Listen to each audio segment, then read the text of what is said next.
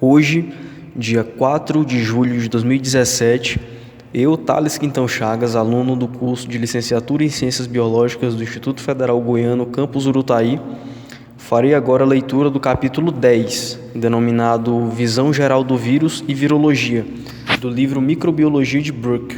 Os vírus são elementos genéticos incapazes de replicar-se independentemente de uma célula viva, denominada célula hospedeira. Os vírus são, portanto, parasitas intracelulares obrigatórios, que dependem da penetração em uma célula viva apropriada para realizarem seu ciclo de replicação. Contudo, os vírus possuem sua própria informação genética, sendo desse modo independentes do genoma da célula hospedeira. No entanto, contrariamente aos elementos genéticos como os plasmídios, o vírus tem forma extracelular, a partícula viral que os permite sobreviver fora do hospedeiro por longo período e facilita sua transmissão de uma célula hospedeira para outra. Para multiplicar-se, os vírus devem penetrar em uma célula, onde podem replicar-se em um processo denominado infecção. Os vírus, assim como os plasmídios e alguns outros elementos genéticos, utilizam a maquinária metabólica da célula.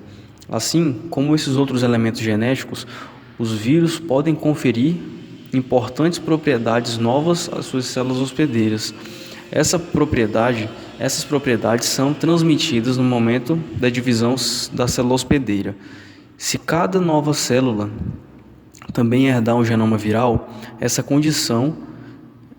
condições não são sempre danosas, podendo até mesmo ser benéficas.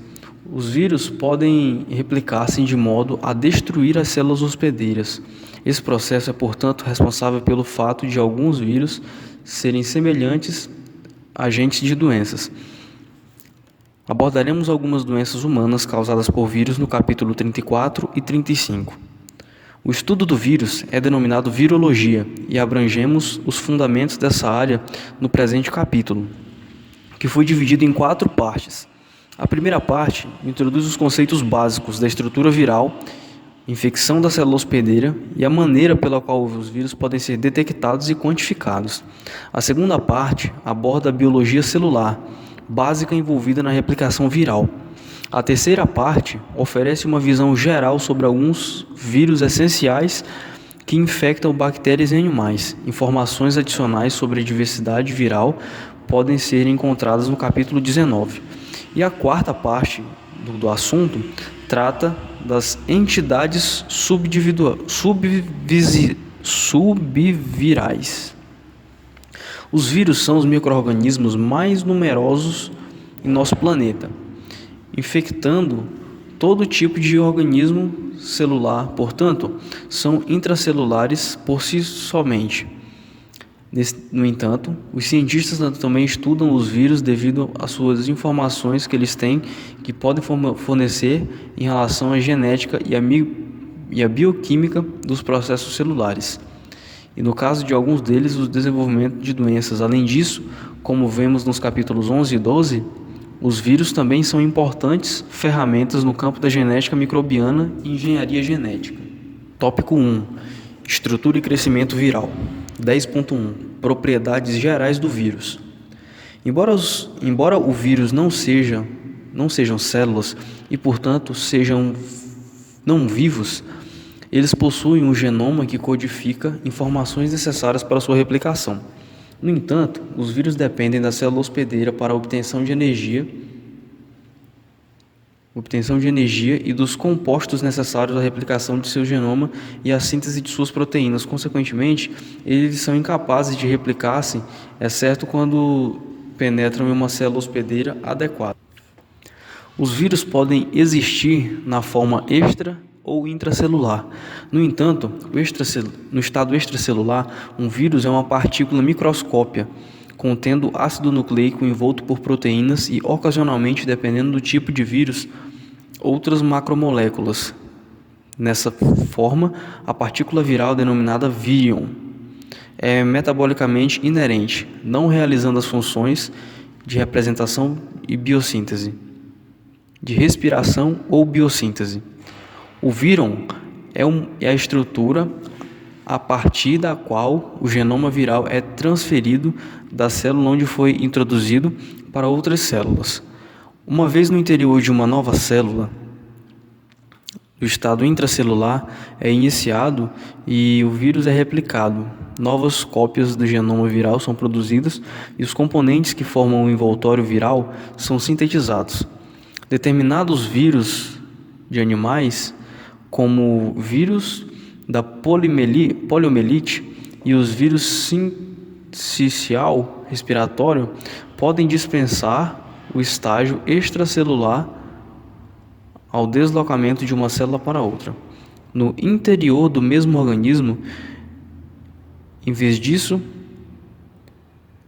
mediam suas fusões das células infectoras como células infectadas, transferindo o vírus desse modo. Contudo, ao serem transferidos de um organismo a outro, eles têm forma verdadeira extracelular. Os genomas virais são bastante diminutos, codificando principalmente as funções que não são realizadas pelas células hospedeiras. Assim, durante a replicação intracelular, os vírus dependem essencialmente de componentes estruturais e metabólitos da célula hospedeira. O vírus redimensiona as funções metabólicas da célula hospedeira no sentido de favorecer a replicação viral e a montagem de novos vírions. Por fim, novas partículas são liberadas e o processo repete-se. Genomas virais. Todas as células apresentam genoma de DNA de fita dupla. Por outro lado, os vírus podem apresentar genoma de DNA ou RNA. Um grupo de vírus que utiliza DNA e RNA como seu material genético, porém em diferentes estágios do seu ciclo de replicação. Os genomas virais podem ser classificados dependendo de ácido nucleico presente no vírion, correspondente ao DNA ou RNA, sendo subdividido de acordo com os tipos de ácidos nucleicos, se a fita é simples ou dupla, linear ou circular. Alguns genomas virais são circulares, porém a maioria linear.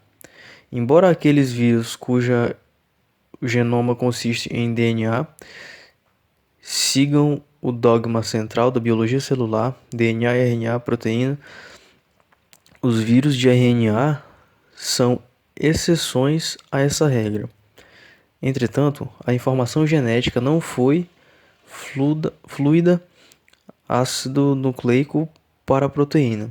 Além desse fato, todos os vírus utilizam a máquina de tradução da célula, e dessa forma, independentemente da estrutura genômica do vírus, moléculas de RNA mensageiro devem ser produzidas a fim de serem traduzidas pelos ribossomos da célula hospedeira. Hospedeiros virais e taxonomia. Os vírus podem ser classificados de acordo com hospedeiros que infectam, bem como por seus genomas. Assim, há vírus bacterianos, vírus de animais, vírus de plantas, vírus que infectam outros tipos de células eucarióticas. Os vírus bacterianos, algumas vezes denominados bacteriófagos, abreviados como fago do grego phagein, significado comer, foram intensamente estudados como sistema de modelo da biologia molecular e genética de replicação viral. Espécies tanto de bactéria como de arquea são infectados por bactérias riófagos específicos. De fato, muitos dos conhecimentos básicos de virologia foram inicialmente desenvolvidos a partir dos estudos do vírus bacteriano, sendo posteriormente aplicados aos vírus superiores. Em virtude de sua frequente importância médica, os vírus de animais também têm sido amplamente estudados, enquanto os vírus de planta, embora sua grande importância na agricultura moderna, sejam vírus menos estudados. Há um sistema de forma de classificação viral que organiza o vírus em diferentes taxons, como ordens, famílias, até gêneros e espécies. Táxon. O táxon família mostra-se particularmente útil. Os membros de uma família de vírus apresentam morfologia do vírion, estrutura genética e estratégia para replicações similares. As famílias virais recebem denominações que incluem o sufixo viride, como pós-viride. Discutiremos algumas dessas famílias no capítulo 19. Tópico 10.2. Falaremos agora sobre a natureza do vírion. Vírions apresentam diferentes tamanhos e formas. A maioria dos vírions é menor que as células procariotas, variando de 0,02 a 0,03 nanômetros de tamanho. Uma unidade de medida normalmente utilizada para o vírus correspondente ao nanômetro, que equivalentemente é um milésimo de um micrômetro. O vírus da varíola é um dos maiores vírus, que tem um diâmetro de uma célula de 200 nanogramas, aproximadamente o tamanho das menores células bacterianas. O vírus da poliomielite é um dos que possui um dos menores diâmetros, de apenas 28 nanômetros de tamanho, aproximadamente o tamanho de um ribossomo. Consequentemente, não foi possível caracterizar adequadamente os vírus antes da invenção do microscópio eletrônico em meados do século XX. Os genomas virais são menores do que a da maioria das células. A maioria dos genomas bacterianos contém entre 1.000 e 5.000 pares de quilobases de DNA, sendo que o menor conhecido é aproximadamente 500 kbp. Curiosamente, bactérias exibindo menores genomas são, assim como os vírus, parasitas e se replicam em outras células. O maior genoma viral conhecido, aquele de minivírus, esse vírus que infecta protistas como a amoeba, é um dos poucos vírus conhecidos atualmente, cujo genoma é maior do que os genomas celulares. Outros tamanhos típicos de genomas estão relacionados com a tabela 10.1. Alguns vírus apresentam genomas tão pequenos que contêm menos de 5 genes.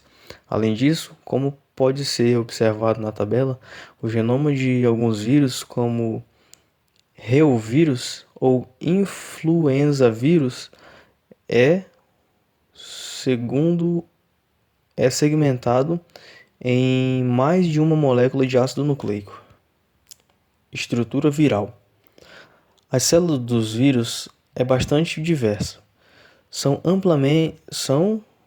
Variam amplamente quanto ao tamanho, forma e composição química. O ácido nucleico do vírion está sempre localizado no interior da partícula, sendo envolto por uma capa proteica denominada capsídeo. Essa capa é composta por um número de moléculas proteicas individuais, organizadas em um padrão preciso e altamente repetitivo ao redor do ácido nucleico. Figura 10.2. O tamanho pequeno do genoma da maioria dos vírus restringe o número de proteínas virais diferentes. Poucos vírus apresentam um único tipo de proteína em seu capsídeo, contudo, a maioria dos vírus possui várias proteínas quimicamente distintas, que se associam de forma específica, originando um conjunto maior denominado de capsômeros.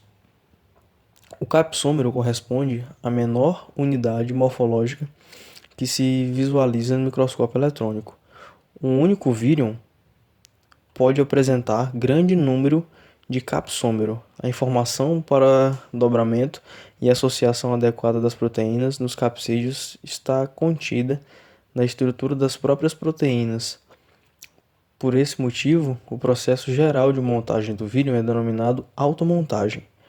O complexo total formado pelo ácido nucleico e pelas proteínas empacotando no vírion é denominado nucleocapsídeo viral. Frequentemente, um ou mais enzimas virais específicas podem ser encontrados no interior do vírus.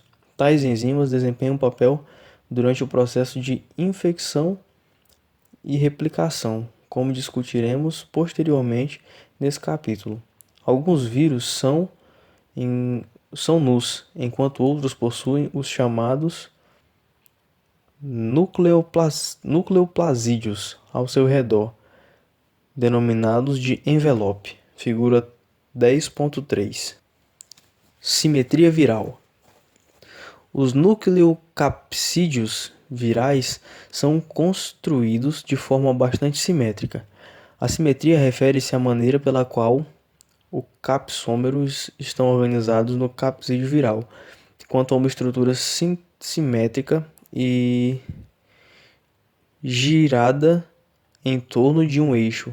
A mesma forma é vista após o giro de um determinado número de graus.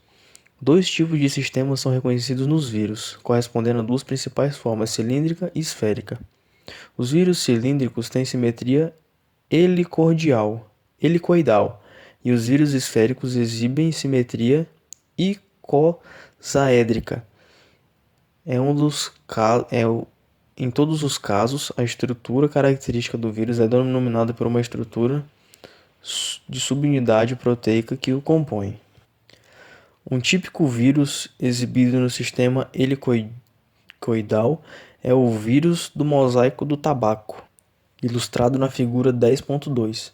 Trata-se de um vírus de RNA em que os 2.130 capsômeros identificados estão arranjados como uma hélice. As dimensões totais do vírus são de 18 vezes 300 nanômetros. O comprimento do vírus helicoidal é determinado pelo comprimento do ácido nucleico, enquanto a largura do vírion helicoidal é determinada pelo tamanho e empacotamento das subunidades proteicas. Um icosaedro é uma estrutura simétrica contendo 20 faces, de 12 vértices de morfologia ligeiramente esférica. A simetria icosaédrica correspondente ao arranjo mais eficiente de subunidade em um envoltório fechado pois utiliza o menor número de unidades para construí-lo. O arranjo mais simples dos capsômeros pode ocorrer a 3 por face, com um total de 60 unidades por vírion. A maioria dos vírus possuem uma quantidade de ácidos nucleicos maior do que a possível de serem morfológicas. A próxima estrutura que permite o empacotamento contém 180 unidades, com muitos vírus possuindo envoltório essa configuração. Outras configurações comuns no envelope de 240 unidades e 420 unidades. A figura 10.4a apresenta um modelo de um icosaedro. A figura 10.4b ilustra o mesmo icosaedro visualizado a partir de 3 ângulos diferentes para ilustrar sua complexa simetria. Os eixos de simetria dividem-se em icosaedro e segmentos de tamanho e forma idênticos. A figura 10.4c apresenta uma micrografia eletrônica de um típico vírus que tem 360 unidades morfológicas, reunidas em grupos de 5 unidades. A figura 10.4d ilustra o modelo computacional do mesmo vírus, que em agrupamentos de 5 unidades são mais facilmente visualizados. Vírus envelopados. Os vírus envelopados possuem uma membrana circundando os nucleocapsídeos. Muitos vírus são envelopados. A maioria infecta células animais. Por exemplo, o influenza vírus. Embora alguns vírus envelopados de bactérias e de plantas sejam também conhecidos. O envelope viral é uma bicamada lipídica contendo proteínas, geralmente glicoproteínas.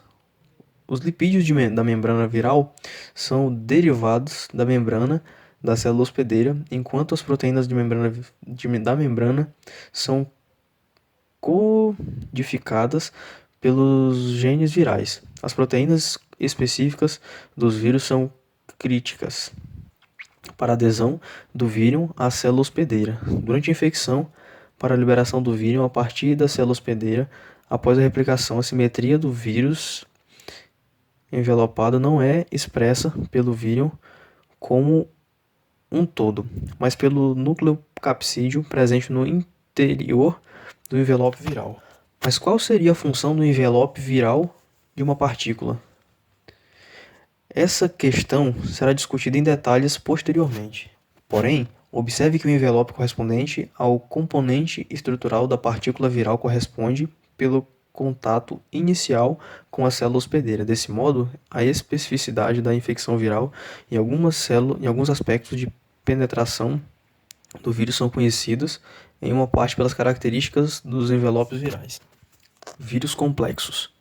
Alguns vírus ainda mais complexos que qualquer aspecto discutido até o momento, sendo compostos por várias partes, cada qual com uma forma e simetria distintas.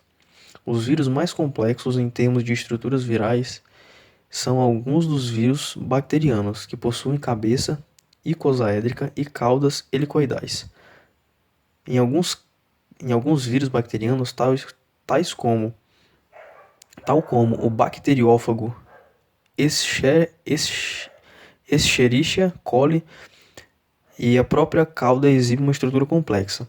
A cauda completa de T4 possui aproximadamente 20 proteínas diferentes, com a cabeça apresentando um número de proteínas ainda maior. Em vírus tão comumente complexos, a montagem é também complexa. Por exemplo, no fago T4, a estrutura complexa da cauda é formada como um subcomponente, sendo posteriormente adicionada a cabeça contendo DNA. Finalmente, as fibras da cauda, compostas por outras proteínas, são adicionadas e originalmente o vírus é infeccioso maduro. Enzimas em vírions. As partículas virais não realizam processos metabólicos e, desse modo, um vírus metabolicamente ingere quando a forma das enzimas que desempenham importantes papéis no processos infecciosos.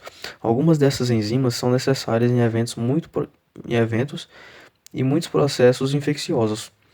Por exemplo, as que produzem um pequeno orifício na parede celular bacteriana. Esse processo permite a entrada de ácido nucleico viral, lisozima, e é produzida novamente em grandes quantidades nos estágios tardios da infecção, promovendo a lise, ou seja, a quebra da célula hospedeira e liberação do vírion. Muitos vírus contêm sua própria polimerase de ácido nucleico para a replicação do genoma viral e transcrição do RNA. Por exemplo, retrovírus é um vírus de RNA que se replica sob a forma de intermediário de DNA. Esse vírus possui DNA e polimerase RNA dependente de denominadas reservas que transcreve RNA viral em um intermediário do DNA. Outro vírus contém o genoma do RNA é presente no próprio RNA polimerase. Essas enzimas dos vírions são necessárias uma vez que as células são incapazes de sintetizar DNA ou RNA a partir de um molde de RNA. Alguns vírus contêm enzimas que auxiliam na liberação dos hospedeiros. Por exemplo, determinados vírus de animais podem possuir proteínas ou possuem denominadas neuranimida, enzimas que clivam as ligações glicosídicas das glicoproteínas dos glicolipídios presentes em um tecido cognitivo de células animais, prevendo a liberação do vírus. Assim, embora a maioria das partículas virais sejam desprovidas de enzimas próprias, aquelas que contêm enzimas, por um bom motivo, a célula hospedeira seria incapaz de produzir vírus na ausência das demais células adicionais. O hospedeiro viral.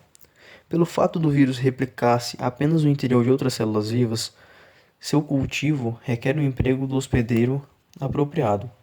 Durante os 3 tipos de hospedeiros virais, procariotos, plantas e animais.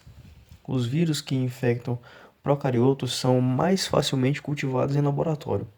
Para o estudo dos vírus bacterianos são empregadas culturas puras, em meios líquidos ou semissólidos.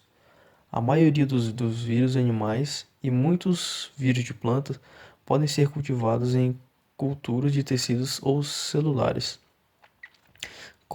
E o uso de tais culturas facilitam de modo significativo as pesquisas com esses vírus. No caso dos vírus de planta, os estudos podem ser dificultados uma vez seu estudo algumas vezes requer o uso de plantas inteiras. Esse fato pode ser um problema devido ao fato de que as plantas crescem mais lentamente do que as bactérias. Em consequência, os vírus de planta requerem uma ruptura espessa da parede celular, a fim de promover a infecção. Culturas de células animais. As culturas de células animais são derivadas das células originalmente retiradas de um órgão de um material experimental, exceto quando são utilizadas células sanguíneas. As culturas celulares são geralmente obtidas pela remoção asséptica de parte do tecido, seguida da dissociação das células pelo tratamento de uma enzima que degrada o crescimento infectício celular e semeadura da suspensão resultante sobre uma superfície plana, como o fundo de uma garrafa de cultura ou ainda uma placa de Petri. A fina camada de células aderidas à placa de vidro ou plástico, denominada monocamada, é recoberta por um meio de cultura adequado, incubada em uma temperatura apropriada. Os meios de cultura utilizados para a cultura de células são normalmente bastante complexos, contendo ainda aminoácidos e algumas vitaminas, sais, glicose e um sistema de tamponamento contendo bicarbonato. Para o aumento e o melhor crescimento, normalmente faz necessárias condições pequenas de quantidade de soro sanguíneo, a fim de impedir contaminação bacteriana e vários antibióticos. Algumas culturas celulares, quando preparadas dessa forma, podem ser subcultivadas, crescendo indefinidamente como linhagens celulares permanentes. As linhagens celulares, como as venientes na pesquisa de vírus, uma vez que o material celular está comumente disponível. Em muitos casos, a cultura não cresce de forma indefinida, embora possa permanecer viva por alguns dias. Tais culturas, denominadas culturas celulares primárias, podem ser ainda úteis no cultivo de vírus, embora novas culturas devam ser preparadas periodicamente a partir de fontes frescas, um processo de alto custo e demanda de tempo. Em fontes frescas, em alguns casos, não é possível a obtenção de linhagens celulares primárias ou pertencentes, no entanto, os órgãos de aplicação viral. Tais culturas de órgãos podem ser ainda úteis em pesquisa de vírus, porque permitem o crescimento do vírus sob as modificações laboratoriais relativamente controladas. Tópico 10.4 Quantificação dos vírus. Em virologia, muitas vezes é necessário quantificar o número de partículas virais presentes em uma suspensão. Embora seja possível quantificar-se vírus pelo uso de um microscópio eletrônico, o número de vírus em uma suspensão pode ser calculado mais facilmente medindo seus efeitos sobre as células hospedeiras, utilizando-se tal método de verificação e utilidade de infecciosa viral correspondente à menor unidade capaz de provocar um efeito detectável, quando inoculado em hospedeiro susceptível. Ela pode se compreender a somente um vírus, embora com a maior frequência seja necessário incubá-lo maior, a partir da determinação do número de unidades infecciosas por volume de fluido. Uma medida da quantidade de vírus denominada título pode ser obtida. Ensaio de formação de placas de Lise. Quando um vírus inicia uma infecção em uma camada de células hospedeiras crescendo a partir da superfície da planta, uma das zonas da Lise pode ser observada na forma de uma área clara, no tapete de células hospedeiras em crescimento. As placas de Lise correspondem essencialmente a janelas, que surgem no tapete das células exibindo crescimento confluente. No caso dos bacteriófagos, as placas de Lise podem ser obtidas quando partículas virais são misturadas em uma planta fina de camada de bactérias hospedeiras, espalhadas na forma de uma sobrecamada de agar na superfície e um meio de cultura sólido. Durante a incubação, as bactérias crescem, originando uma camada turva e visível a olho nu. No entanto, nem em todas as regiões onde a infecção viral tenha sido iniciada com sucesso ocorrerá a lise das células, resultando na formação de uma placa de lise. Contando com o número de unidades formadoras de placas de lise, é possível calcular o número de unidades celulares virais presentes na amostra inicial. O ensaio de formação de placas de lise permite também o isolamento de linhagens virais puras. Isso porque, se uma placa de lise originou a partir de um único vírus, todos os vírus nessa placa podem ser geneticamente idênticos. Alguns dos vírus da placa podem ser coletados e inoculados em uma nova cultura bacteriana fresca, obtendo-se uma linhagem viral pura. O desenvolvimento do ensaio de formação de placas de lise foi importante para o avanço da virologia, da mesma forma que o desenvolvimento de meios sólidos. As placas de lise podem ser obtidas com vírus de animais, utilizando-se em culturas de células animais como hospedeiras. Uma monocamada de células animais em cultura é preparada em uma placa de garrafa plana a qualquer suspensão viral e é sobreposta. As placas de lise reveladas como zonas de destruição das células animais. A partir do número de placas originadas, é possível estimular o título viral.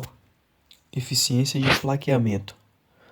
O conceito de eficiência de plaqueamento é importante para a virologia quantitativa.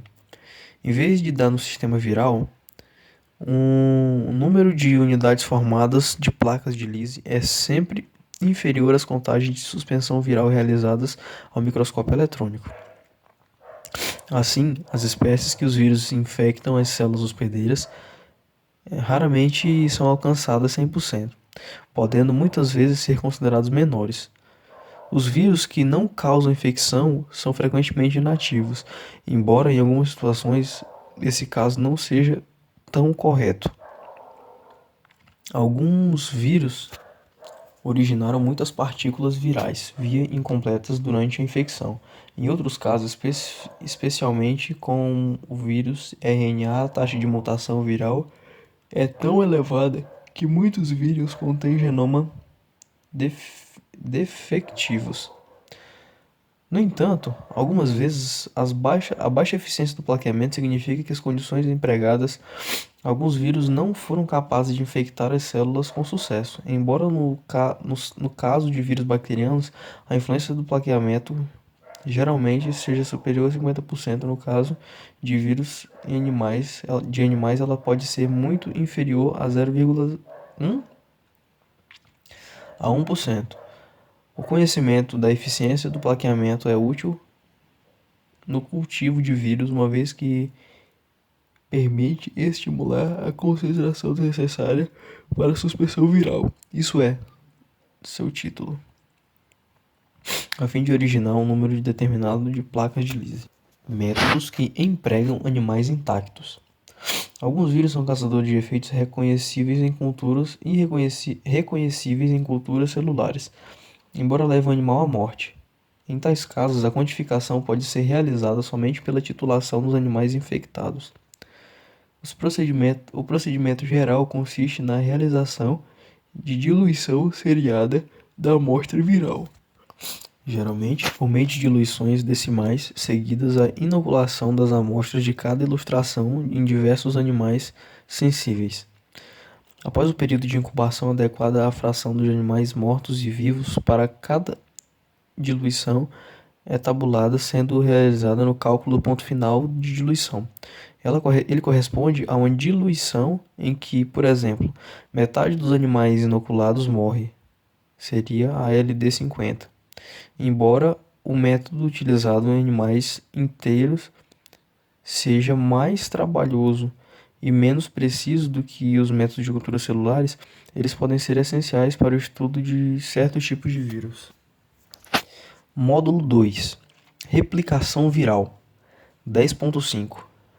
Características gerais da replicação viral. Para um vírus replicar-se, ele deve induzir uma célula hospedeira viva a sintetizar todos os componentes essenciais necessários para a produção de mais vírus. Esses componentes podem ou não ser organizados em um novo vírion que escapam da célula. As fases de replicação viral podem ser divididas em 5 etapas, sendo a primeira ligação, a dissolução do vírion a uma célula hospedeira. 2. Penetração, entrada ou infecção do vírion a um ácido nucleico da célula. 3. Síntese de ácidos nucleicos e proteínas virais pelo metabolismo da célula de acordo com o relacionamento determinado pelo vírus.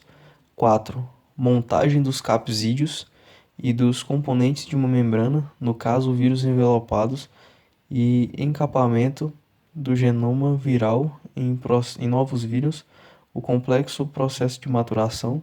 5. Liberação de vírus maduros pela célula. Esses estágios da replicação viral são ilustrados na figura 10.9.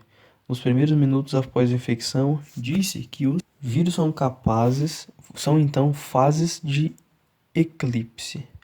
Durante esse período, as partículas intracelulares não podem ser detectadas no meio de cultura. A fase de eclipse é iniciada assim quando as partículas infecciosas são removidas do ambiente devido à sua dissolução. As células hospedeiras, uma vez ligadas, os vírus deixam de estar disponíveis para infectar outras células. Esse processo só é acompanhado pela penetração do ácido nucleico viral, ou só vírus intacto, na célula hospedeira. Se a célula infectada rompe-se nessa fase, o vírion deixa de existir como entidade infecciosa, uma vez que o genoma viral não se encontra mais no interior do seu capsídeo. A maturação é iniciada à medida que as células de ácidos nucleicos recém-sintetizados são empacotadas no interior das capas proteicas durante a fase de maturação.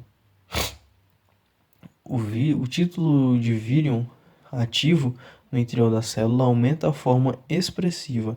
Todavia, as novas partículas virais podem ainda ser detectadas pelo excesso de células se forem lisadas artificialmente, a fim de promover a liberação, uma vez que os vírions recém-sintetizados ainda não surgiram extremamente à célula.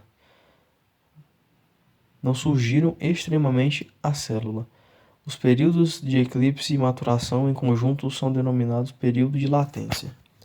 Ao final da maturação, ocorre a liberação do vírion maduro como resultado da lise celular, ou de algum processo de brotamento ou excreção, podendo o número de vírion liberado denominado tamanho de população liberada, dependendo de alguns vírus e do hospedeiro em particular, podendo virar alguns poucos milhares. A duração de um ciclo de complexo de replicação via 20-60 minutos a 8,8 a 40 horas.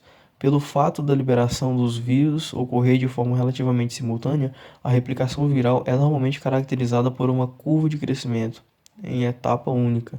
Nas próximas 2 sessões, considerando algumas das principais etapas do ciclo de replicação viral em maiores detalhes. Tópico 10.6. Ligação e penetração viral. Nessa sessão enfocaremos a ligação e penetração viral, as primeiras etapas de replicação. Além disso, as abordagens de mecanismo pelo qual algumas bactérias reagem à penetração e a penetração do DNA a bacteriófagos. Ligação. A base mais comum para a especialidade de um vírus em relação ao hospedeiro depende da ligação. O próprio vírion nu ou envelopado possui uma ou mais proteínas de externas que integram os componentes específicos e superespecíficos celulares, denominados de receptores. Esses receptores são comumente superficiais, normais da célula hospedeira, como proteínas, além de carboidratos, glicoproteínas, lipídios, lipoproteínas, complexos desses aos quais os vírus se ligam. Os receptores realizam funções normais na célula, por exemplo, o receptor para o bacteriófago T1 é uma proteína capacitora de ferro, enquanto o receptor do bacteriófago lambda normalmente está envolvido numa captura de maltose. Os receptores de um vírus de animais podem incluir macromoléculas necessárias ao contato intercelular ou pelo sistema imune, por exemplo. Os receptores de vírus de poliomielite ou HIV são normalmente utilizados em interesses entre células humanas. Na ausência do seu receptor específico, o vírus não é capaz de adsolver-se, portanto, não causa infecção. Além disso, quando o sítio receptor é modificado, por exemplo, a mutação do hospedeiro torna-se resistente à infecção viral. No entanto, mudanças no vírus podem adquirir a capacidade de serem adversos a hospedeiros anteriormente resistentes. Além disso, alguns vírus animais podem ser capazes de utilizar mais de um receptor, de modo que a perda de um deles não impede necessariamente a ligação. Assim, a variedade do hospedeiro em um vírus particular é determinada pela parte de disponibilidade de um receptor adequado que o vírus seja capaz de reconhecer.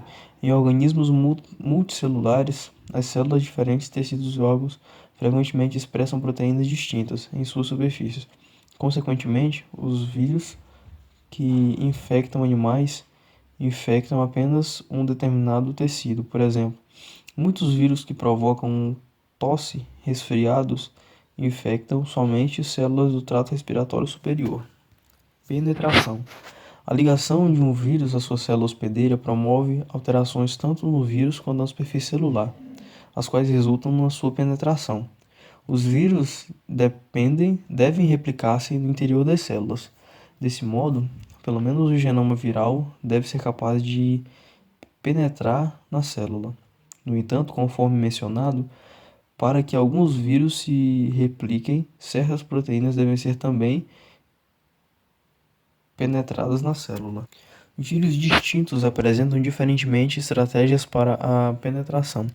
Alguns vírus envelopados de animais são dedurados na membrana citoplasmática, liberando o conteúdo do vírus no citoplasma.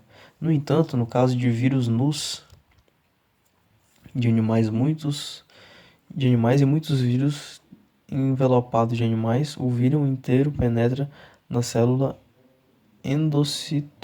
por endocitose.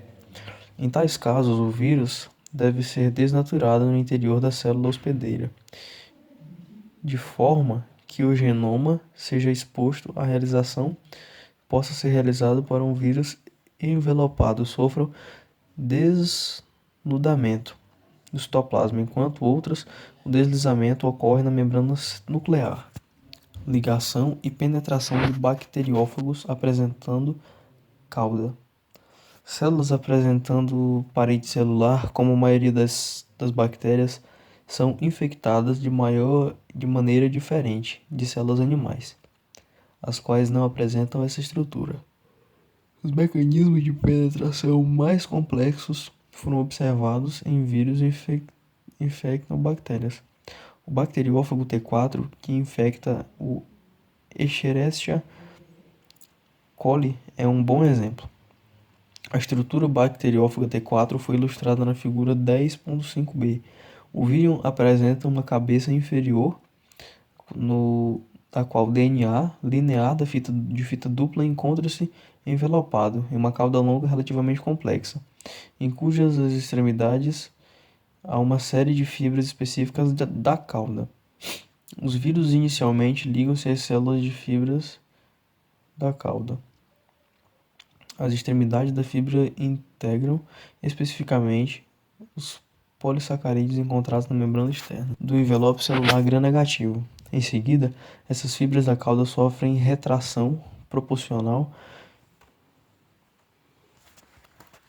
que por sua vez propiciam o contato entre cerne de cauda e parede celular bacteriana, por meio de uma série de espículas caudais delgadas situadas na sua extremidade. A ação de uma enzima similar a lisoma promove a formação de um pequeno poro peptídeo glicano na bainha da cauda contraída, contrai-se o DNA viral e penetra no interior do citoplasma, além de um orifício presente na ponta da cauda fágica, enquanto a maior parte do envelope proteico permanece fora da célula. Restrição e modificação viral pela célula hospedeira. Os animais podem muitas vezes eliminar os vírus invasores por mecanismos de defesa imunológicos antes que a infecção viral se dissemine ou algumas vezes antes que o vírus penetre na célula-alvo. Além disso, os eucariotos, incluindo os animais, plantas, possuem um mecanismo antiviral, conhecido como RNA de intereficiência.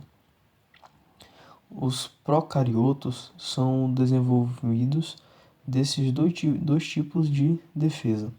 No entanto, os procariotos possuem sistemas especificamente de destruição de DNA, capazes de destruir o DNA viral de fita dupla após a injeção. Essa destruição é realizada por endonucleases de restrição no hospedeiro, enzimas que eliminavam o DNA viral em um ou vários locais, impedindo assim sua replicação. Esse fenômeno é denominado restrição e é parte do mecanismo geral do hospedeiro que impede a invasão por ácidos nucleicos exógenos. Para que tal sistema seja efetivo, o hospedeiro deve possuir um mecanismo que confirma a proteção do seu sucesso do seu próprio DNA. Esse processo de realização e modificação especificado pelo DNA nos sítios de clivagem das enzimas de restrição. As enzimas virais de restrição são específicas para DNAs de fita dupla. Desse modo, o vírus de DNA de fita simples, assim como todos os DNA, não são afetados pelo sistema de restrição. Embora algum sistema de restrição do hospedeiro propicie proteção significativa para alguns vírus do DNA, pode se sobrepujar os mecanismos de restrição do hospedeiro pela introdução de modificações em seus próprios ácidos nucleicos, de modo que eles deixam de estar sujeitos aos tanques enzimáticos. Contudo, quer glicolizados, quer metilados, os ácidos nucleicos virais são modificações após a restrição do genoma por meio de proteínas modificação contidas pelo vírus. Outros vírus, como as bactérias T3 e T7, evitam a destruição pelas enzimas de restrição do hospedeiro pela condição de proteína que inibe o sistema de restrição do hospedeiro. Os hospedeiros contêm ainda outras DNA metilase, além daquelas envolvidas na proteção contra suas próprias enzimas de restrição. Algumas dessas metilases podem estar envolvidas no reparo de DNA ou regulação gênica, enquanto outras podem conferir proteção de um DNA hospedeiro contra enduriclases exógenas, isso é, se necessário porque os vírus codificam um sistema de restrição próprio, desenvolvendo para destruir o DNA do hospedeiro. Tópico 10.7. Produção de ácidos nucleicos e proteínas virais. Uma vez que o hospedeiro foi infectado, novas cópias do genoma viral devem ser produzidas, assim como proteínas específicas do vírus devem ser sintetizadas para que o vírus se replique. Normalmente, a produção pelo qual algumas proteínas virais é iniciada logo após a entrada do genoma viral na célula. A síntese dessa proteína qualquer de um RNA mensageiro viral em certos tipos de vírus de RNA, o próprio genoma corresponde ao RNA mensageiro. Entretanto, para a maioria dos vírus do RNA mensageiro deve ser primeiramente transcrito a partir do genoma DNA ou RNA, e então o genoma deve se replicar. Então aqui absorvemos esses importantes eventos. Um deles é o esquema de classificação Baltimore e vírus de DNA. O vírus de classificação de Baltimore e virologia do virologista David Baltimore e foi agregado juntamente com Howard Temin e Renato Dulbeco, com Prêmio Nobel em Fisiologia ou Medicina em 1975 pela descoberta dos retrovírus e da transcriptase de reserva, que desenvolveu um esquema de classificação de vírus baseado na retenção entre o genoma viral do RNA mensageiro. Na classificação de Baltimore, na tabela 10.2, são reconhecidos 7 classes de vírus. Os vírus de DNA de fita dupla, FD, são agrupados na classe 1. O mecanismo de síntese de RNA mensageiro, replicação do genoma do vírus da classe 1, é o mesmo daquele utilizado pelo genoma da célula hospedeira, embora diferentes vírus empreguem estratégias diferentes para garantir que a expressão do RNA mensageiro viral seja fornecida pela relação do RNA hospedeiro. Vírus da classe 2 correspondem ao vírus do DNA de fibra simples, FS. Nesse vírus, antes do RNA ser produzido, uma fita complementar de DNA deve ser sintetizada, uma vez que o RNA polimerase utiliza o DNA como fita dupla molde. Esses vírus foram um intermediário de DNA de fita dupla de duração de replicação, sendo esse intermediário utilizado para transcrição. O vírus Torque-Teno, TTV, é amplamente disseminado em humanos e em outros animais, porém não provoca sintomas óbvios de doença. O mecanismo de replicação do TTV ainda não foi totalmente investigado. Vírus de RNA de fita positiva e negativa. A produção de RNA e a replicação do genoma são processos diferentes nos vírus de RNA 3. Contudo, antes de discutirmos esse vírus, é necessário que alguns conceitos sobre a nomenclatura relacionada à orientação da fita de ácido nucleico estejam bem claras em sua cabeça. Lembre-se que o RNA mensageiro é complementar à fita de DNA, empregada como molde, em relação à sequência de bases. Por conversão, na virologia, o RNA mensageiro é referido como sendo uma configuração mais, ou seja, positiva. Sua fita complementar é referida como sendo uma configuração menos, ou seja, negativa. Essa convenção é utilizada para descrever a configuração do genoma viral de fita simples, quer seu genoma contenha DNA, quer seu genoma contenha RNA. Portanto, um vírus que contenha genoma de RNA de fita simples com a mesma orientação de RNA mensageiro é referido como vírus de RNA ou fita positiva. Um vírus cujo genoma de RNA de fita simples seja complementar ao seu RNA, segundo o vírus de RNA de fita negativa, de acordo com o modo desse modo como os vírus se replicam. O RNA polimerase das células normalmente não catalisadas a síntese de RNA a partir de um molde de RNA, utilizando em vez disso um molde de DNA. Portanto, os vírus de DNA de RNA positivos, negativos ou de fita dupla requerem uma RNA polimerase e um DNA de repente específica. O caso mais simples são os vírus de RNA de fita positiva, onde o genoma viral tem configuração mais e desse modo pode atuar em diferentes regiões, como RNA, além de codificar outras proteínas necessárias. Esse RNA codifica o RNA, a polimerase, RNA dependendo de uma específica, dependente específica do vírus. Nos vírus de RNA de fita negativa, que são os vírus da classe 5, a situação é mais complexa ainda.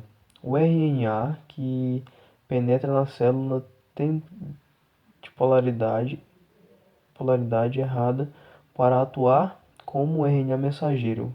Portanto, o RNA deve ser principalmente sintetizado.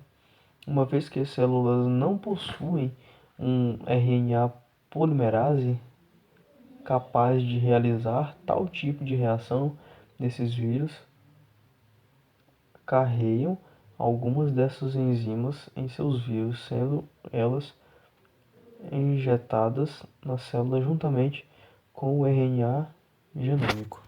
Consequentemente, os vírus de fita dupla de RNA também contêm RNA polimerase, que transcrevem genomas de fita de DNA de fitas duplas de RNA polimerase, originando RNA mensageiro de fita positiva ao penetrarem nas células hospedeiras. Retrovírus. Os retrovírus são vírus de animais responsáveis pelo desenvolvimento de certos tipos de câncer e síndrome imunodeficiência adquirida, AIDS. Os retrovírus apresentam RNA de fita simples em seu vírus encontrado e replicam-se empregando um intermediário de fita dupla de DNA. O processo pelo qual a informação foi contida no RNA e convertida em DNA é denominado transcrição reversa, e é de forma tais vírus precisem de uma enzima denominada transcriptase reversa. Embora o RNA do retrovírus seja a fita a mais empregada como mensageiro, por isso que o vírus deve representar transcriptase reserva de seus vírus. Após a infecção, o vírus de fita simples do RNA é convertido em fita dupla de DNA por meio de um intermediário híbrido de RNA e DNA. O FD, ou seja, a fita dupla de DNA, é então utilizado como molde para a síntese do RNA mensageiro pelas enzimas celulares normais. Finalmente, os vírus de classe 7 correspondem adequadamente às que apresentam DNA de fita dupla em seu vírus, mas replica-se empregando um interior de RNA. Esses vírus incomuns também utilizam transcriptase reserva, como mostrado na seção 19.5. Embora aparentemente o esquema de Baltimore englobe todas as possibilidades, não há exceções. Por exemplo, todos os antivírus contêm genoma de RNA fita simples no qual metade está na orientação, mas podendo ser utilizado como uma fita complementar, deve ser sintetizada a partir dessa última metade antes de que os genes possam ser traduzidos. A evolução claramente levou à diversidade dos genomas virais e seus limites. Proteínas virais. Uma vez que o RNA mensageiro tenha sido produzido, as proteínas virais podem ser sintetizadas. Essas proteínas podem ser agrupadas em duas categorias amplas. Número 1. proteínas sintetizadas ao longo após a infecção, denominadas proteínas processos, necessárias para a replicação de ácido viral, ácido nucleico viral, e proteínas sintetizadas, e número 2, proteínas sintetizadas posteriormente denominadas de proteínas tardias, que inclui proteínas à capa viral. De maneira, tanto o tempo de aparecimento quanto a quantidade de proteínas virais são altamente regulados. As modificações de processos de enzimas que atuam catalisantemente portanto, sintetizadas em menor quantidade. Portanto, por outro lado, as propriedades tardias correspondem normalmente ao complexo das estruturas de vírus, sendo produzidas em uma quantidade bastante superior. A infecção viral altera os mecanismos de regulação do hospedeiro, uma vez que é acentuada a superprodução de ácidos nucleicos e proteínas virais na célula infectada.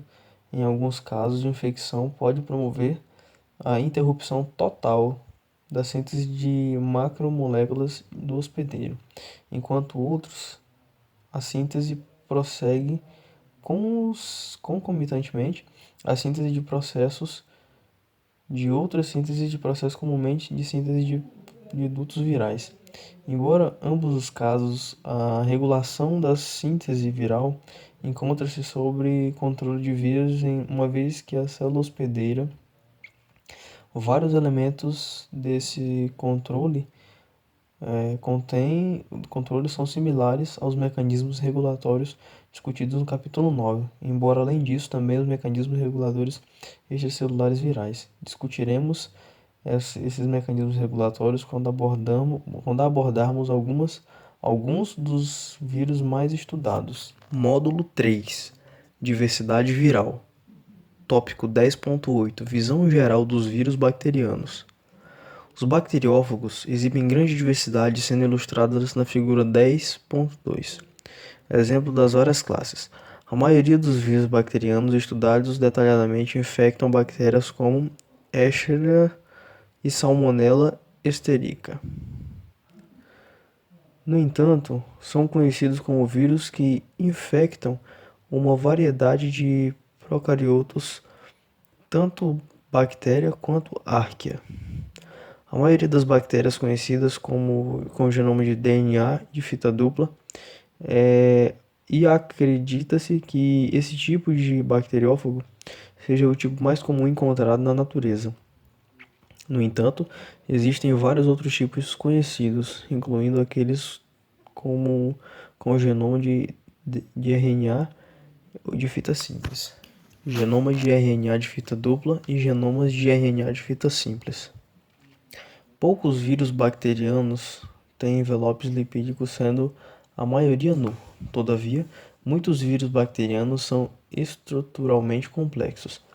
Todos os exemplos bacteriófagos com DNA de fita dupla ilustrados na figura 10.2 possuem cabeça e cauda. As caudas dos bacteriófagos T2 e T4 e MU são mutáveis e atuam no processo de penetração do ácido nucleico no hospedeiro. De forma contrária, a cauda do bacteriófago lambda é flexível.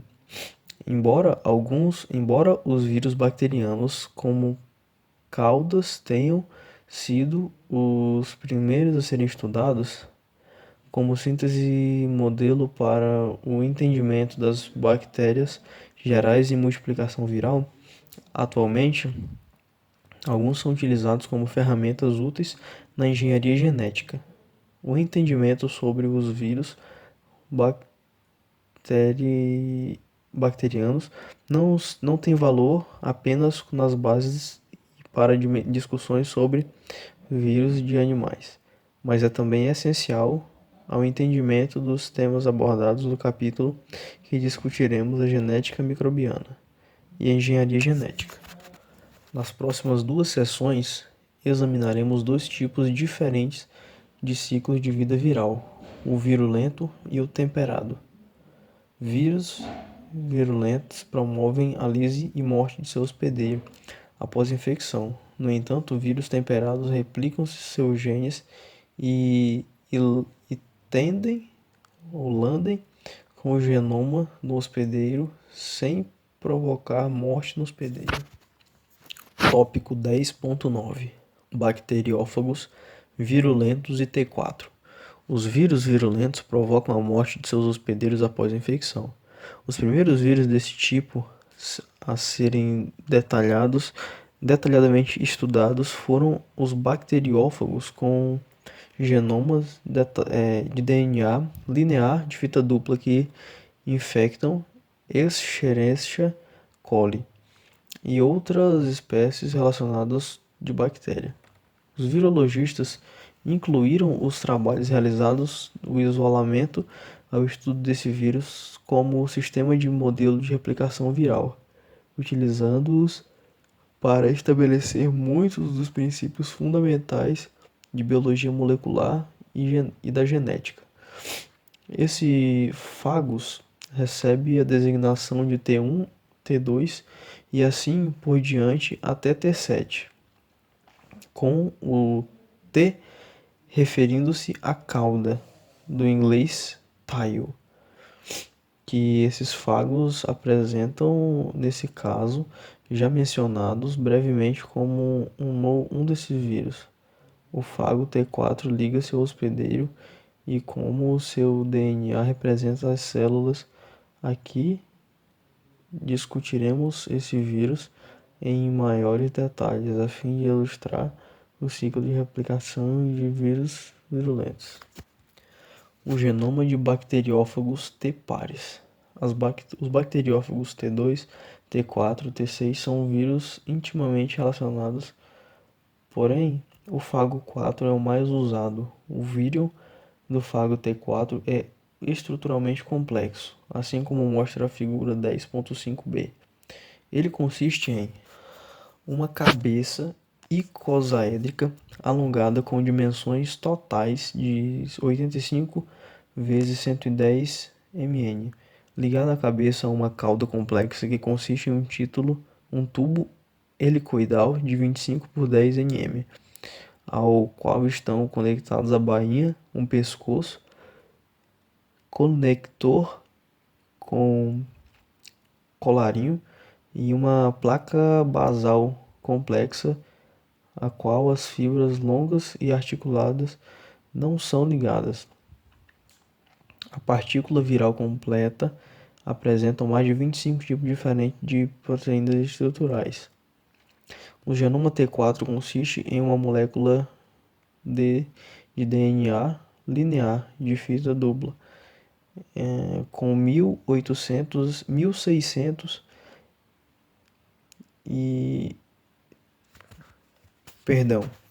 por 100.068.903 pares de base. O genoma de T4 codifica mais de 250 proteínas diferentes e, embora nenhum vírus conhecido codifique seu próprio aparato de tradução, o fago T4 codifica vários de seus próprios RNAs. Embora o genoma T4 apresente Embora esse T4 apresente uma sequência linear singular, molécula de DNA, genomas de diferentes vírus não são identificados. Além da permutação circular, o DNA de cada vírus T4 apresenta sequências repetidas de aproximadamente 3-6 kpb em cada extremidade, denominadas repetições terminais. Ambos os fatores afetam o empacotamento do genoma. O DNA de T4, com redundância terminal, que infecta uma célula hospedeira, é principalmente replicado como uma unidade e em seguida várias unidades genômicas são recombinadas em suas extremidades. Originalmente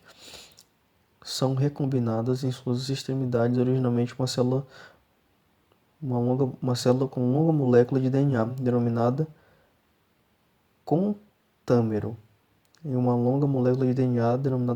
Durante o empacotamento do DNA de T4, o DNA é elevado em uma sequência específica.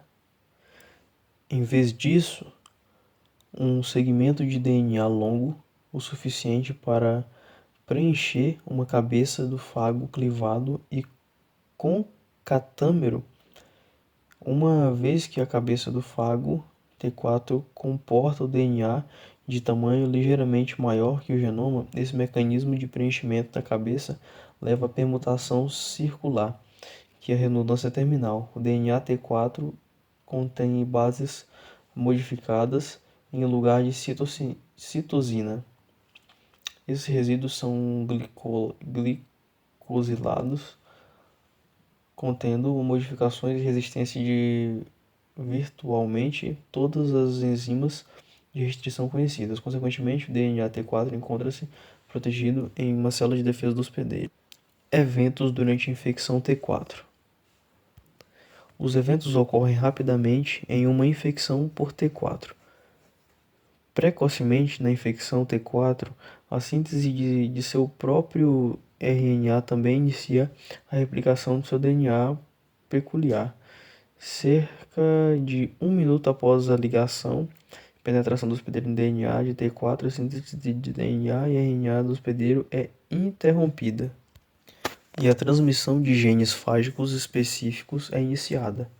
A tradução do RNA mensageiro viral inicia-se logo em seguida após cerca de 4 minutos de infecção.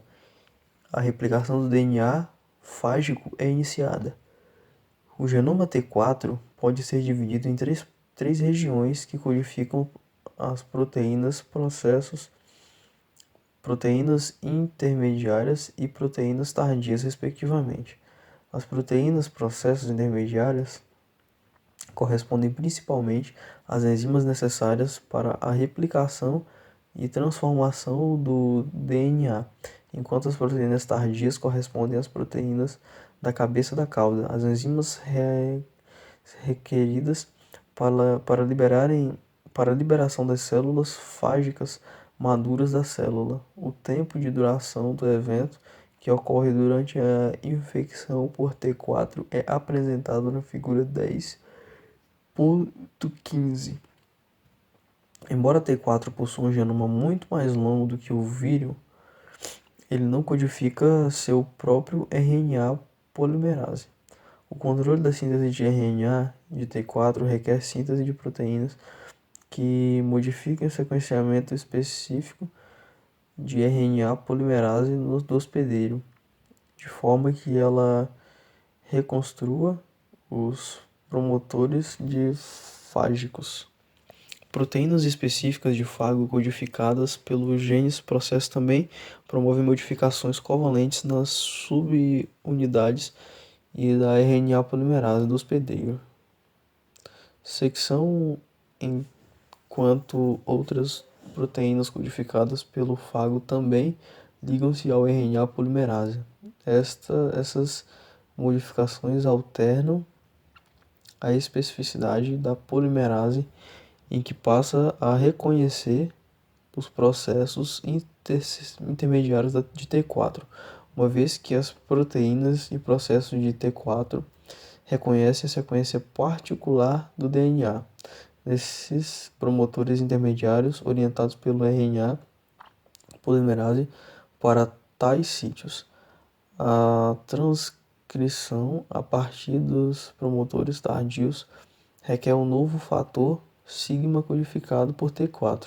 A modificação sequencial do RNA polimerase da célula hospedeira, conforme descrito aqui no fago T4, é também empregada por muitos bacteriófagos para regular a sua expressão gênica. O fago T4 codifica mais de 20 novas proteínas, as quais são sintetizadas precocemente após a infecção. Elas incluem enzimas envolvidas na síntese da base incomum e suas glicoligações, além de uma síntese que degrada o precursor do DNA normal, a disoxicidade trifosfato. Além do T4, codifica algumas enzimas cujas funções são similares às daquelas enzimas de replicação do DNA da célula hospedeira, são sintetizadas das maiores quantidades, permitindo a síntese rápida de DNA específico da T4. A maioria dos genes tardios codifica proteínas estruturais do vírus, incluindo as cabeças e cauda. A montagem das cabeças e da cauda ocorre de forma independentemente. O DNA é ativamente bombeado para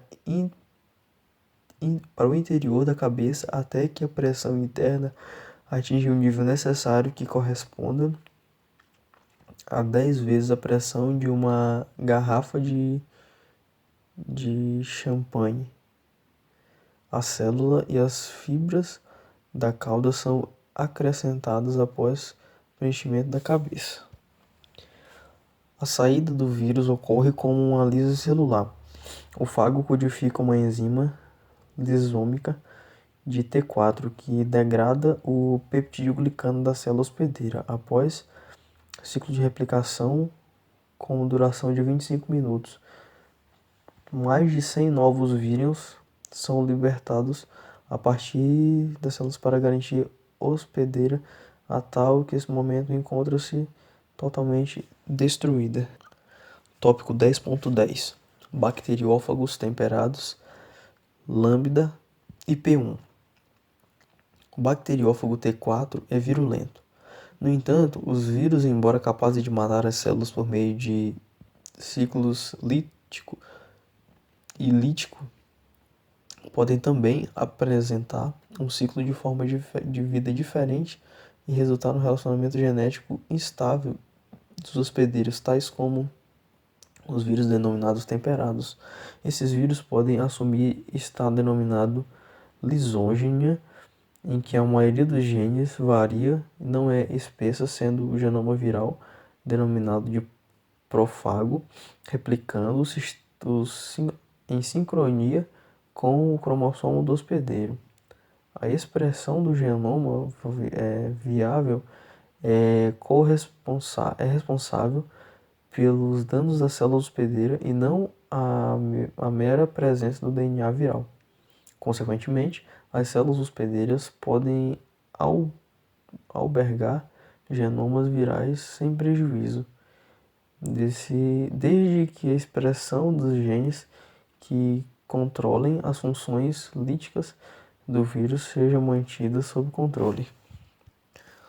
Em células que albergam um vírus temperado, denominam-se lisógenas.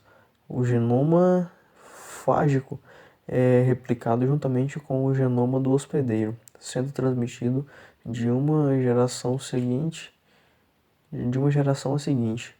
durante a divisão celular. Em determinadas condições, o vírus lisossomo pode reverter a via lítica, iniciando a duração de vida. Os dois fagos temperados mais bem caracterizados são LAMPA e P1. Ambos constituem significativamente para o avanço da genética molecular e correspondem à importância de transferências genéticas bacterianas e da clonagem molecular. Muitos vírus de animais estabelecem relações similares com seus hospedeiros. O ciclo de replicação de um fago temperado.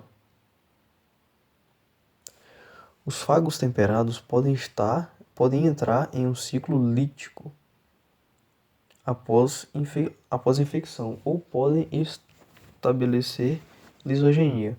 Uma visão geral do ciclo de vida de um bacteriófago temperado é apresentada na figura 10.16. Durante a lisogenia, o vírus temperado não se encontra na forma de uma partícula viral no interior da célula. Em vez disso, o genoma viral encontra-se integrado ao cromossomo bacteriano ou encontra-se no citoplasma, uma vez que os plasmídeos, por exemplo, os bacteriófagos da P1, em qualquer um dos casos, ele replique-se conceitualmente com as células hospedeiras, desde que os genes ativem a via lítica não sejam expostos. Essas formas não líticas são referidas como prófagos. Normalmente, esse controle deve-se a uma proteína repressora, codificada pelo fogo. Obviamente, o gene codificador da proteína reserva deve ser expresso. A proteína viral representada controla apenas os genes líticos do profago, mas também impede a expressão dos genes de outros vírus identificados que penetrem na célula. Isso promove a imunidade de lisogênios, a infecção pelo mesmo tipo de vírus. Se a proteína repressora do fago for inativada, ou se sua síntese for impedida, o prófago é induzido, assim como mostra na figura 10.16. Nos vírus são produzidas as células hospedeiras que sofrem lise. Em alguns casos, condições alternadas, especificamente de dano no DNA das células hospedeiras, induzem a via lítica. Assim, o estabelecimento de interrupções do estado lisogênico procariotos provavelmente corresponde a um processo dinâmico. O bacteriófago lambda. O bacteriófago lambda, que infecta Escherichia coli, foi estudado em detalhe,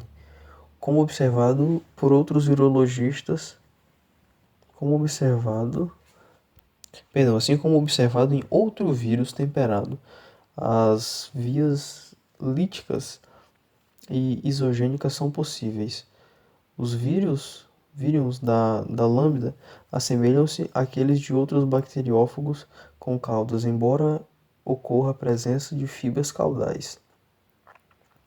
O genoma de lambda consiste em fita dupla de DNA linear. No entanto, na extremidade 5' de cada uma das fitas há uma região de fita simples de 12 nucleotídeos e extensão. Essas extremidades coesivas de fitas simples complementares, e quando o DNA é lambda penetra na célula hospedeira, mas essa região se pareciam formato o sítio cos. O DNA então é ligado originalmente com o ciclo de fita dupla. Quando lambda entra no ciclo lítico, sintetiza concatâmeros longos de lineares de DNA por meio de replicação por círculo rolante, diferencia a replicação semiconsecutiva e mecanismos sintéticos que ocorrem em dois estágios. No primeiro estágio, uma das fitas do genoma circular de lambda é clivada. Em seguida, um longo concatâmero de fita simples é sintetizado, empregando a fita clivada como molde. No segundo estágio, há a síntese de uma segunda fita, utilizando-se o contâmero de fita simples como molde, finalmente ocorrendo o contâmero de fita dupla clivada, de segmentos com comprimento correspondente ao genoma nos sítios cos, originando extremidades coesivas. Os genomas lineares são então empacotados no linear das cabeças por prófagos e causados adicionais. Em seguida, as células são lisadas por enzimas modificadas pelo fago. Muitos vírus de DNA e RNA, assim como alguns plasmídios, utilizam variantes de replicação por meio do ciclo solante. Em alguns casos,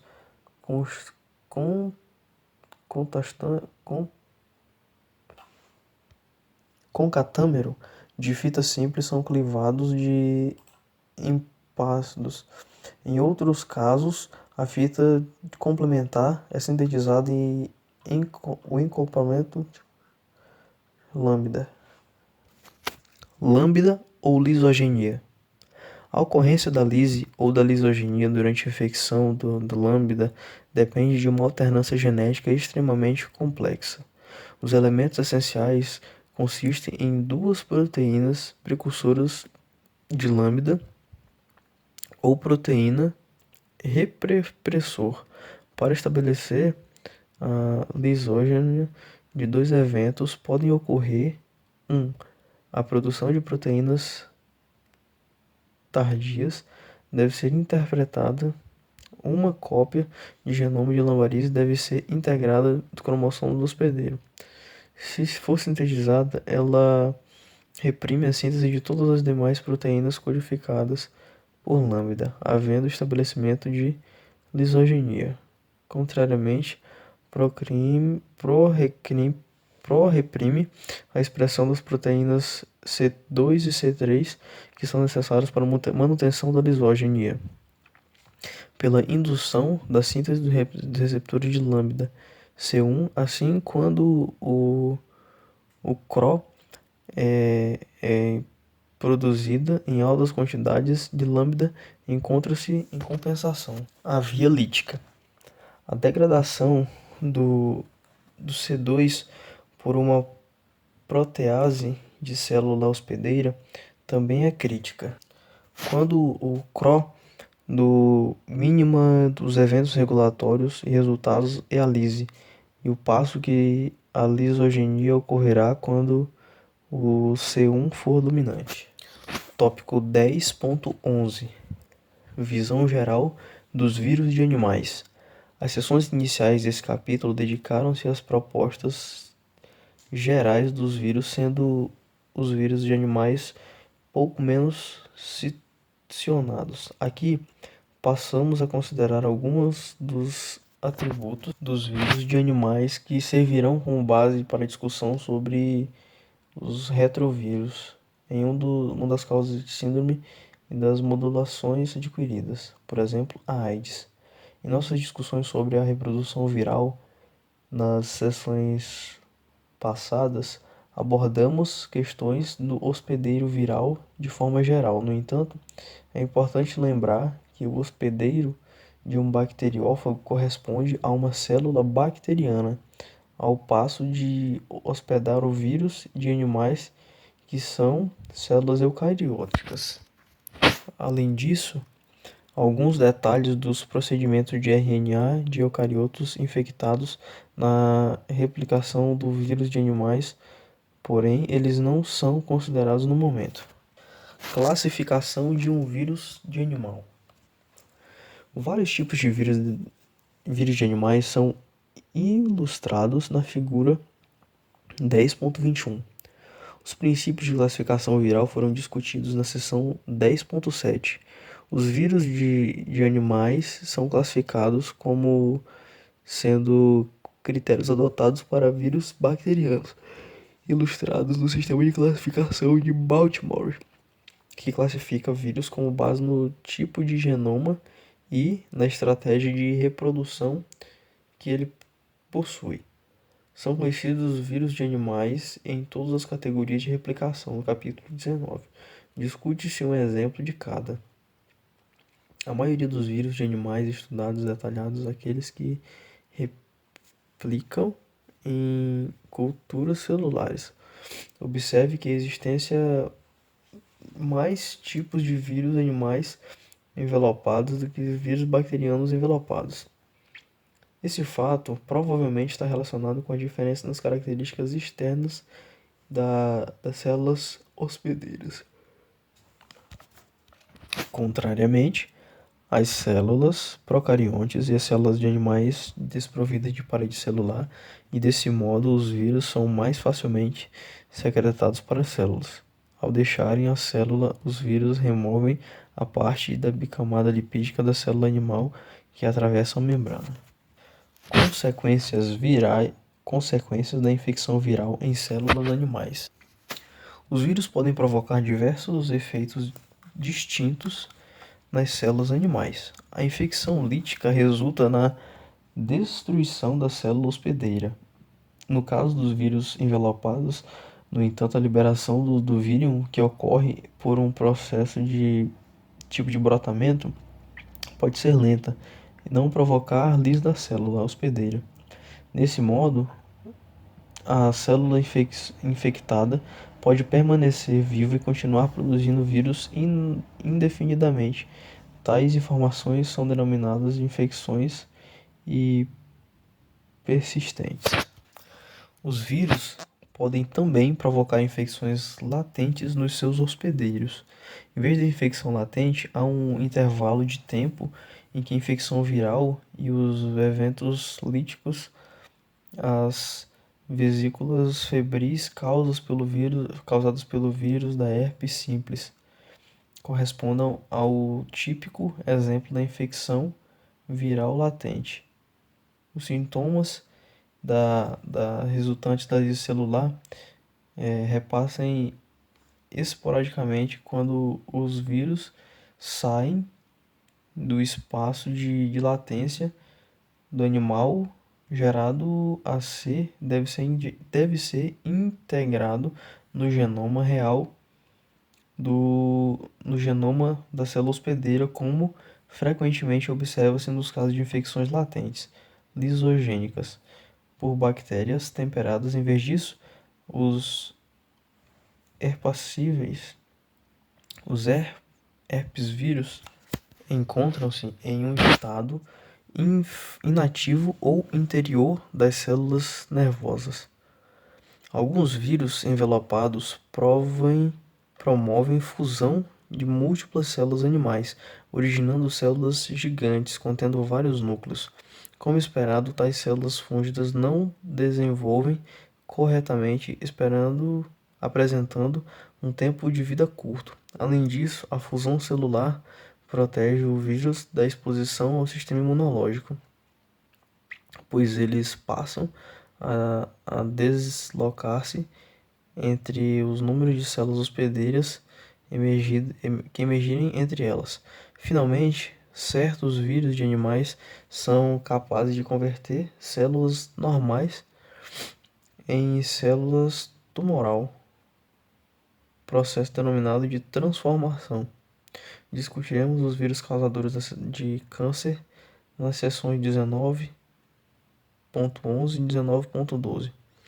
Muitos vírus diferentes são conhecidos, contudo, entre os vírus ilustrados na figura 10.21, em um grupo destaca-se por ter um mecanismo de replicação absolutamente peculiar. Tal grupo, correspondente aos retrovírus, eles serão abordados em seguida como um exemplo de um vírus animal complexo de altamente incomum que, apesar de importantes implicações médicas, é pouco discutido.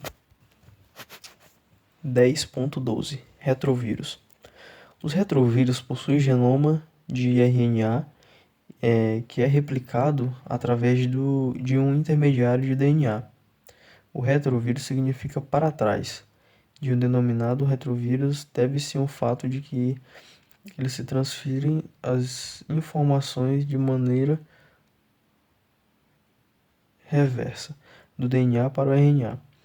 O retrovírus utiliza-se as enzimas de transcriptase de reserva para realizar esse processo de um tanto interessante.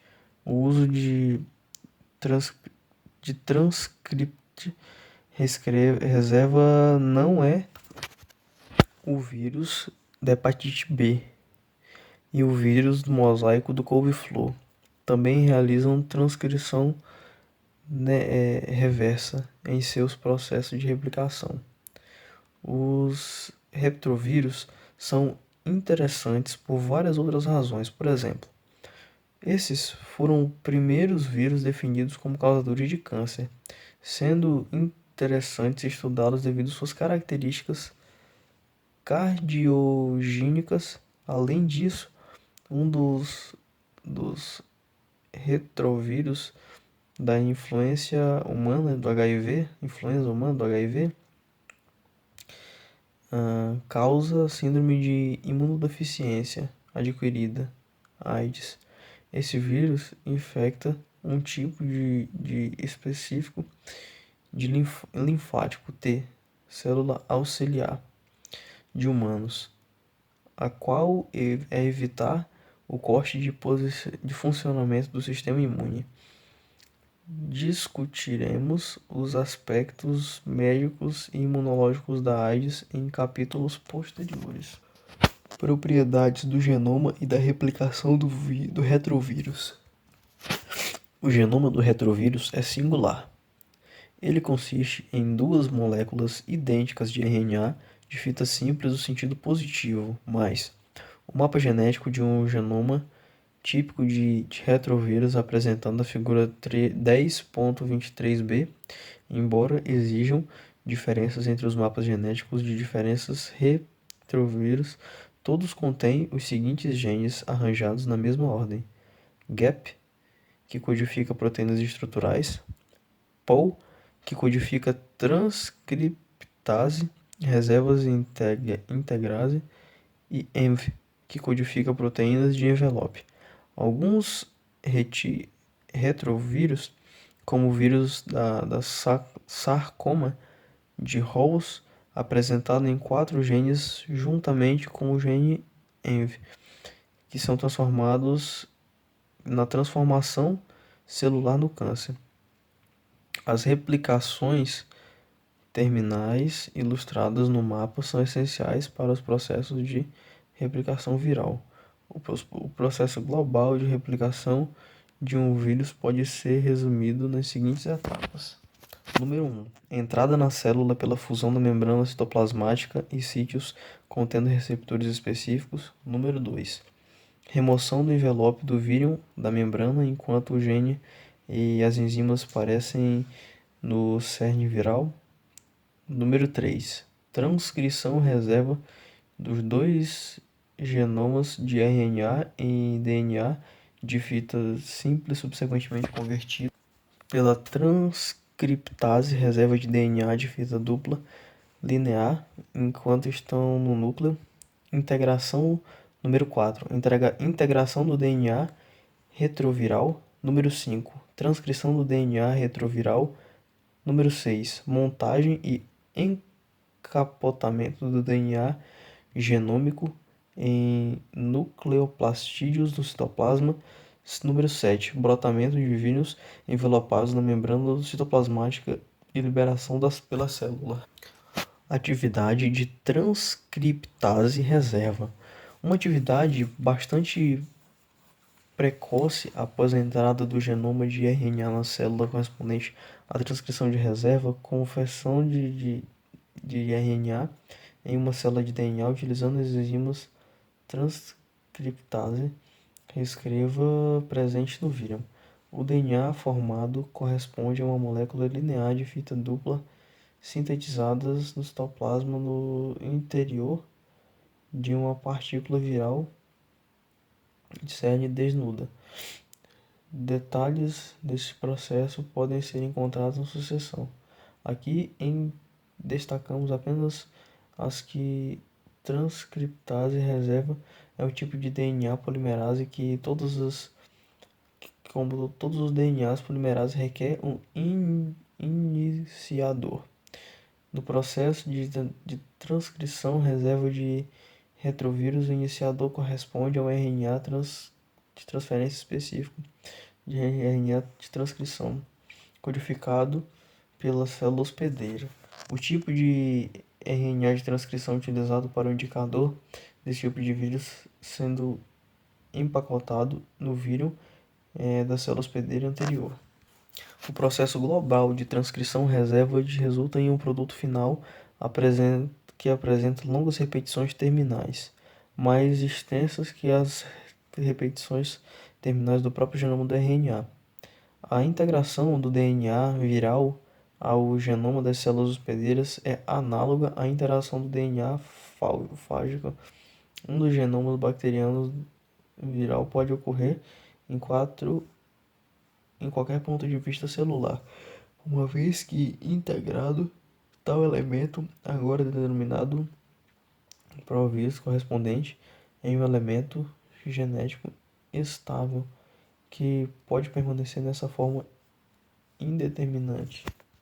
Quando as proteínas estruturais do vírus encontram-se em quantidades suficientes, os nucleocapsídeos são montados. A encapsidação do genoma do RNA leva à formação do nucleoplastídeos maduros e deslocam-se à membrana citoplasmática para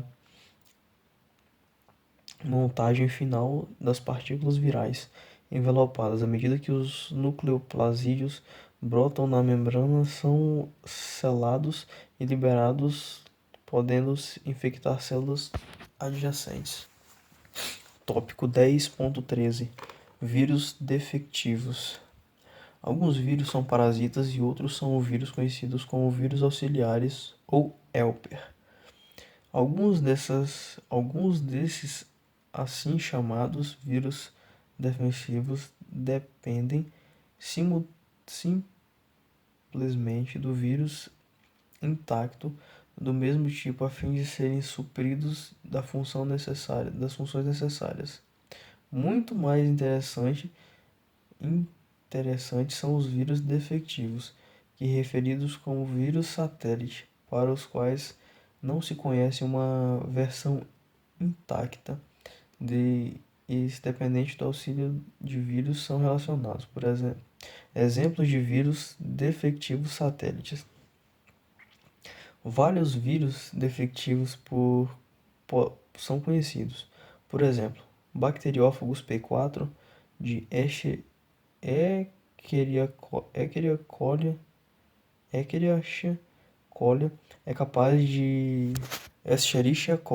capaz de replicar-se, porém, seu genoma não codifica quaisquer proteínas do capsídeo.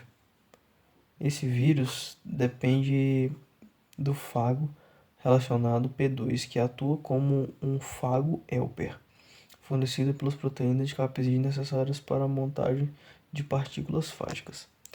Os vírus satélites são encontrados tanto em animais quanto em vegetais. Por exemplo, os vírus associados adenoassociados é um vírus satélite de humanos, que depende de um adenovírus com auxiliar. O vírus adenoassociado e adenovírus pertencem a duas famílias virais bastante distintas. Assim, AAV não é merantemente um mutante defectivo do adenovírus, mas sim um vírus não relacionado que infecta mesmo células hospedeiras. Nesse sistema, o AAV pode ser utilizado para carregar genes de substituição de tecidos hospedeiros específicos sem causar doença. Tópico 10.14 Viroides. Viroides são moléculas de RNA infeccioso que diferem dos vírus pelo fato de serem desprovidos de envoltório proteico. Apesar disso, os viroides possuem uma forma extracelular relativamente estável que migra de uma célula hospedeira para outra. Os viroides correspondem a pequenas moléculas circulares de RNA de fita simples ou os mecanismos patogênicos conhecidos. Os viroides causam importantes doenças em plantas e podem representar um grave impacto na agricultura. Alguns viroides bem estudados incluem os viroides de cadangue do coco, o viroide de Exorcoccus de cítricos. Não são conhecidos viroides que infectam animais ou procariotos. Estrutura e função dos viroides. A forma extracelular do viroide compreende um RNA nu, não a qualquer tipo de capsídeo proteico, embora o RNA do viroide seja um círculo de fita simples correspondente ao fechado. Existem tantas estruturas secundárias que ele se assemelha a uma pequena molécula de fita dupla, com extremidade fechada. Em vez disso, o viroide penetra na planta através de uma lesão recorrente de uma ação de inseto ou de outro dano mecânico. Em vez do interior da célula, os viroides deslocam-se de uma célula para outra nos plasmodesmos, feixes citoplasmáticos delgados que unem as células vegetais. Um aspecto ainda bastante interessante é o fato de que a molécula de RNA não contém genes codificadores de proteínas. Dessa forma, os viroides que ser quase totalmente dependente é replicado de um número de cloroplasto da célula hospedeira por uma das RNA lipomerase da planta. Como resultado, a síntese de RNA multimérico consistente de contribui para a atividade de sua replicação. Parte do próprio viroide exibe atividade ribossoma. Essa atividade ribossoma é empregada na autoclivagem do RNA multimérico, liberando viroides individuais. Doenças provocadas por vírus. Plantas infecciosas por viroides podem ser assintomáticas ou desenvolver sintomas que variam de moderados a letais. A maioria dos sintomas servem para relacionar o crescimento sugerido com os viroides, mimetizam e infectam algumas outras pequenos RNA regulatórios, cujos exemplos amplamente observados em plantas. Assim, os próprios viroides representariam como evoluiriam do modo de introduzir eventos destrutivos ao invés de exercerem papéis benefícios na célula. Não são conhecidas doenças causadoras de viroides em animais. Da mesma forma, os mecanismos das quais os viroides causam doenças nas plantas permanecem obscuros. Tópico 10.15. Prions. Os prions representam outro extremo em relação aos viroides. Eles apresentam uma forma extracelular distinta de natureza naturalmente proteica. A partícula de prion não contém DNA ou RNA, contudo é infecciosa, sendo conhecida prions que causam doenças em animais como Scrape em ovinos e infecciosa de esponjinha no gado bovino, ou mal da vaca louca, a doença deslizante crônica em cervos e alces e a doença de Kuru em humanos. Não são conhecidas doenças causadas por prótons em plantas, embora prions tenham sido encontrados em leveduras. Em 1996, a partir do rastreamento da doença da Inglaterra, tornou-se evidente que o prion causador do BSE no gado bovino também foi mal, galera, o computador travou. Também é capaz de infectar humanos, resultando em um novo tipo de JCD, denominado JCD de variante. Uma vez que a transmissão ocorreu a partir de produtos derivados de carne bovina contaminada, rapidamente um problema de saúde mundial, com impacto na indústria de produtos de origem animal. A maioria dos casos de BSE ocorreu no Reino Unido e em outros países da Europa, e os quais foram associados às práticas alimentares inadequadas, nas quais os suplementos proteicos obtidos a partir de certos processos gerados bovinos e ovinos, incluindo tecidos nervosos, foram utilizados para a alimentação de animais infectados. Desde 94, essa prática foi banida em todos os países da Europa, resultando em redução dramática Do número de casos de BSE até o momento, não foi observada uma transmissão de TSE em outros animais denominados como suínos, galinhas ou peixes. Doenças causadas por prions e o ciclo infeccioso do prion. Quando um prion patogênico penetra uma célula hospedeira que representa uma proteína priônica normal, ela promove a conversão de proteínas. Assim, o prion aberrante não subverte as enzimas ou os genes hospedeiros, como ocorre no caso do vírus.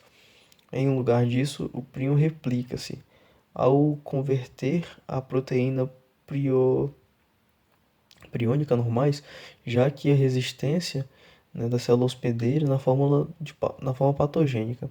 À medida que os prions patogênicos acumulam-se nos aglomerados dos insolúveis nas células cerebrais, em processos resulta na síndrome de doenças que invariavelmente neuropatológicas, na maioria dos casos decorrentes da destruição do tecido cerebral e do nervo relacionado. Não se sabe ao certo se a destruição do tecido cerebral resulta indiretamente no acúmulo das proteínas priônicas agregadas na proteína priônica normal, que atua na célula como uma glicoproteína da membrana citoplasmática, e desenvolveu-se que é necessária a ligação de prions patogênicos à membrana para que os sintomas de doença sejam descartados, verificadas mutações e proteínas priônicas patogênicas incapazes de ligar-se a membranas citoplasmáticas na célula nervosa. Podem ainda agregar-se, mas não causam doença. A doença causada por prion ocorre em 3 mecanismos distintos, embora todos levem ao mesmo resultado. Em uma doença priônica infecciosa, conforme descrito há pouco, animais, a forma patogênica da proteína priônica é transmitida entre animais ou humanos. Na doença priônica esporádica e dobramento incorreto do aleatório de uma molécula de PRP, ocorre o indivíduo normal não é infectado. Essa modificação é propagada da mesma forma que uma doença priônica infecciosa, havendo eventualmente o acúmulo da forma de togênicas da proteína priônica até o surgimento dos sintomas. Em seres humanos, esse processo ocorre em cerca de um indivíduo a cada 1 milhão. Na doença priônica herdada, a mutação do gene codifica o prion que gera uma proteína que sofre modificações para formas causadoras de doenças com maior frequência. Várias mutações distintas são conhecidas cujos sintomas mostram descrições e modificações. O que ocorre quando uma proteína não se encontra com qualquer prion sábio para alterar? A resposta é que não ocorre a doença. Isso pode parecer surpreendente, mas lógico considerando-se que o mecanismo de replicação do prion. Camundongos modificados geneticamente e que apresentaram 2 cópias de gene PMP compridas e, portanto, não produzem a tal proteína PRP, são resistentes à infecção. Curiosamente, tais camundongos também têm tempo de vida normal e não exibem distúrbios comportamentais evidentes. Isso deixa em aberto uma intrigante questão sobre qual o papel da proteína priônica normal e desempenhada nas células cerebrais. E é isso aí, gente. Essa foi a leitura do capítulo 10 do livro Microbiologia de Brooke.